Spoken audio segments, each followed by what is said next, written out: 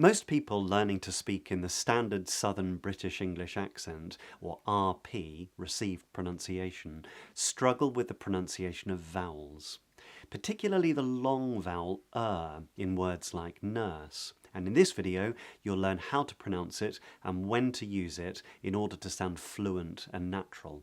I'm Ashley Howard, a British voice coach, and among the many things I help people with is accents. Listen to these words. Term, hurt, girl, search, kernel, work, journey. The common mistake that people make with vowels is that they pronounce them based on the spelling, but because English is non-phonetic, words don't often sound the way that they're spelt.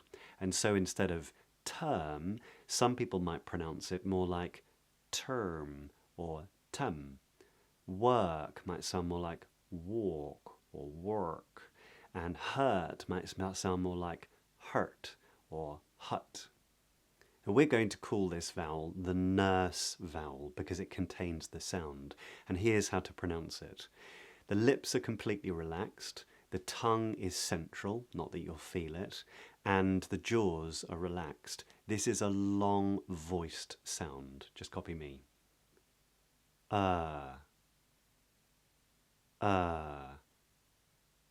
Term, hurt, girl, search, kernel, work, journey. I've got hundreds of words and sentences that you can practice with in the first of a 3-book series all about this accent, and it comes with hours and hours of audio that you can keep on your phone to practice with easily. The link's in the description below. Now, knowing when to use the sound can be difficult. The good news is that in spellings like IR, UR and ER, the nurse vowel sound is used almost exclusively. But the following aren't. You can pronounce EAR as heart or near or where. OR is also different in words like north, and OUR can be pronounced differently in words like course. The only way to be absolutely certain is to check for one of these 2 symbols in the phonetic transcription of a word in a dictionary. Try these sentences with me. What a journey.